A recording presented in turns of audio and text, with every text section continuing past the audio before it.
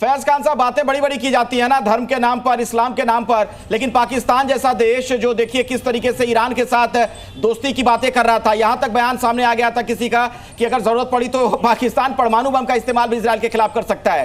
लेकिन वही ट्रंप जो कि इजरायल के हमदर्द हैं, साथ खड़े हैं, उनको जाकर शांति दूत बता देता है, कहता है कि इन्हें नोबेल प्राइज मिलना चाहिए पीस के लिए। बिस्मिल्लाहिर्रहमानिर्रहीम रब्बिश रहली सदरी व यस्सिरली अमरी वहलुल उक़दतम मिन लिसानी यफ़क़हू क़ौली। जय हिंद, भारत माता की जय। देखिए, भारत की ओर से संदेश ये है कि हमने महाभारत देखा है, दो कज़िन भाइयों की लड़ाई थी, कौरवों और पांडवों की, लेकिन महाविनाश युद्ध और कत्ल गारत के सिवा कुछ नहीं हुआ। ये भी कज़िन भाइयों की लड़ाई है। हज़रत इब्राहीम अलैहिस्सलाम की जो दो पत्नियां थी, सारा और हाजरा, उनके बच्चों की ये लड़ाई है और ये लड़ाई अब बंद होना चाहिए, क्योंकि कत्ल गारत के सिवा इसमें कुछ नहीं होने वाला है। भारत का संदेश है जियो और जीने दो, तो हम सब जिए और जीने दें। और यहाँ पर जो एक बात आई है कि OIC का क्या होगा, जो मुस्लिम संगठन है जी, उसका कोई निर्णय इसलिए नहीं निकलने वाला है कि मुस्लिम संगठन में जो देश हैं उसमें अधिकांश में अमेरिका का बेस बना हुआ है, जो ईरान को एक तरफ से घेरे हुए पश्चिम की तरफ से, उन सब में अमेरिका का बेस है, तो इससे कोई निर्णय नहीं निकलने वाला। और फिरोज बख्श साहब ने बहुत अच्छी बात ये कही है कि सुन्नी और शिया का मैटर यहाँ पर बहुत हावी है। आप इंटरनल मुसलमानों की चीज़ों को समझ नहीं रहे हैं। अखिलेश भाई, इसको समझिए, कोई भी सुन्नी देश ईरान का इसलिए साथ नहीं दे रहा है क्योंकि वो शिया है, इनके आपस में बहुत बड़े इख्तलाफात हैं। तो कोई डिसीजन OIC की बैठक में जो कहा गया है, मशरिक़ उस्ता से एक लीडर उठेगा और इनको जो नेस्त नाबूद करेगा, उसके को इनकार करते हैं आप। हाँ, आप ईरान चले जाइए हजरत, जिसको ईरान से एक वीडियो भी आया है कि भैया ईरान के लिए मेरा बेटा शहीद हो जाता, तो जिनको ईरान से मोहब्बत है वो ईरान चले जाएं, जिनको इस्राइल से मोहब्बत है ईरान में जाइए, इराक में जाइए, वो रोकेगा, फिलिस्तीन में जाइए, इस्राइल में जाइए, उनके तरफ से युद्ध लड़िए। भारत का एकमात्र संदेश है शांति शांति शांति, ओम देव शांति, अंतरिक्ष शांति। वो शांति की बात कर रहे हैं, आप कह रहे हैं कि सर्वनाश होना चाहिए होगा और युद्ध लड़ेगा, इस तरह की बातें आप क्यों कर रहे हैं? नहीं, देखिए सब ये हमारा इंटरनल मामला है, इसके अंदर ये है कि फलस्तीन जिस दिन से बना, शांति तो हर कोई चाहता है ना, पूरी दुनिया में शांति, आप कह रहे हैं सर्वनाश करेगा, उनको कर रहा है, इसलिए सर्वनाश करेगा कि उनने हजारों लाखों मासूम बच्चों का कत्ल किया इजराइल ने। ठीक है, नेतन्याहू ने लेने का वक्त आ गया। फैज खान जी को जरा बोलने दीजिए, मेरे साथ यहाँ पर और भी मेहमान के पास भी मुझे जाना है। शांति चाहते हैं, भारत विश्व गुरु बने, भारत हस्तक्षेप करे।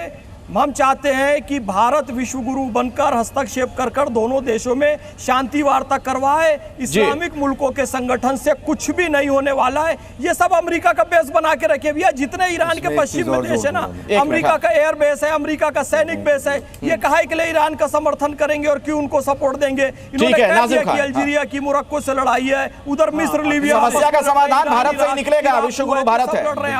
हाँ अखिलेश जी, देखिए अभी शिया सुन्नी की बात आ रही तो देखिए मैं बताना चाहता हूं, देखिए हम लोगों का अल्लाह एक कुरान और एक नबी। जब हम देखिए हम सबके शिया कभी सुन्नी के जब ये है तो इख्तलाफ कभी नहीं हो सकते। हाँ, लेकिन कुछ इराक में जब सद्दाम हुसैन के साथ हुआ था तब तो थोड़ी सी नाराजगी थी, लेकिन अब कोई नाराजगी नहीं है। देखिए इजराइल ने जिस तरीके से फिलिस्तीन के अंदर छोटे छोटे बच्चों को मारा, नरसंहार किया, तो जब तो कोई नहीं बोल रहा था, जब UN को भी किस तरीके से ठुकरा दिया था इजराइल अपनी तानाशाही दिखा रहा था। लेकिन आज हमारा ईरान, हमारा अपना भाई, अगर जिस तरीके से आ गया है, उसने इजराइल को उसके घुटनों पर टिकाने की बात कर दी तो लोगों के पेटों में दर्द चालू हो गया, क्योंकि वो इजराइल के समर्थन में थे। लेकिन मुझे अपने भारत के पूर्व प्रधानमंत्री अटल बिहारी वाजपेयी जी याद आ जाते हैं, जो ये कहते थे कि फिलिस्तीन की जमीन पर इजराइल ने कब्जा कर रखा है, इजराइल को यह जमीन देनी पड़ेगी फिलिस्तीन की। तो भाई जब हमारे पूर्व प्रधानमंत्री अटल बिहारी वाजपेयी जी ने इस बात को कही तो हम तो देखिए। अच्छा ये बात बताइए नाजिम खान साहब, ठीक है नाजिम खान साहब, खून खराबा नहीं होना चाहिए, जान किसी की नहीं जानी चाहिए। ईरान को आपने अपना भाई बता दिया, सब कुछ कह रहे हैं, लेकिन ईरान जो मिसाइलें बरसा रहा है इजराइल की तरफ, या जो बहुत सारे लोग वहां मारे जा रहे हैं, वो आपको नहीं लगता कि गलत है? इजराइल ने क्या किया था? इजराइल ने क्या किया था? कितना नरसंहार किया था? इजराइल के लोगों को किडनैप भी कर लिया गया था, वो तो गलत हुआ था। सीरिया पे बहुत सारे ऐसे मुस्लिम देश है जिन्हों पे अपने इजराइल के कब्जा करने की कोशिश कर रहे थे। वो चाहता था कि अमेरिका की सह पे पूरे जितने जितने भी मुस्लिम कंट्री है उन पे राज करे, लेकिन मैं उनको बता दूं कि देखिए शिया सुन्नी में कोई फर्क नहीं, सब भाई भाई है। और इजराइल जो जिस तरीके का माहौल बनाना चाह रहा है, ये बंद कर दे इजराइल वालों को, अब मैप से कब गायब हो जाएगा। सुन लीजिए, मैं आपकी बात को बढ़ा रहा हूं आगे। आपने बिल्कुल सही फरमाया, शिया सुन्नी सब भाई भाई हैं। ये तो कुछ लोगों ने जो है तफरीक डाल दी, डिफरेंसेस डाल दिए। मैं इसमें एक बात जोड़ना चाह रहा था, और वो बात ये थी जो हमारे भाई ने कही अभी, फैज़ मियां ने, उन्होंने ये कहा कि हमारे जो वज़ीर आज़म है, he is a global leader, peace leader. मैं ये सोचता हूँ अगर मोदी जी आगे बढ़ जाएं तो ये वॉर रुक सकती है, पहली चीज़। दूसरी चीज़ ये, आसिम मुनीर जो वहाँ गया और ट्रम्प कहता है कि जी ट्रम्प को ग्लोबल पीस अवार्ड मिलना चाहिए। ये ग्लोबल अवार्ड जो है ये मोदी जी को मिलना चाहिए। बस हम ये उम्मीद रखते हैं मोदी जी से कि हर जगह उन्होंने पीस की बात कही, यहाँ भी अगर आगे बढ़ के नेतन्याहू को आप समझा दीजिए और उधर ईरान के खामेनेई साहब को समझा दीजिए कि भाई कुछ नहीं रखा, मार काट में कुछ नहीं रखा। भारत की जो पॉलिसी है सर्वे भवन्तु सुखीना, यही पॉलिसी सबसे अच्छी है, और इस पॉलिसी पे अगर पूरी दुनिया चलेगी। आज देखिए, बिल्कुल सही कहा समून भाई ने कि आज क्या है, आज इंटरनेशनल योगा डे है। मैं तो ये चाहता हूं हमारी टीमें, जितने लोग हम यहाँ हैं, हम सब लोग इसराइल भी जाएं, फलस्तीन भी जाएं और हम ईरान भी जाएं, उनको योगा सिखाएं, उनसे कहें वर्ल्ड पीस आएगी, योगा से आएगी। ठीक है, अरे योगा सुन क्या बड़ा क्यों उनको सिखाएं ताकि शांति आए।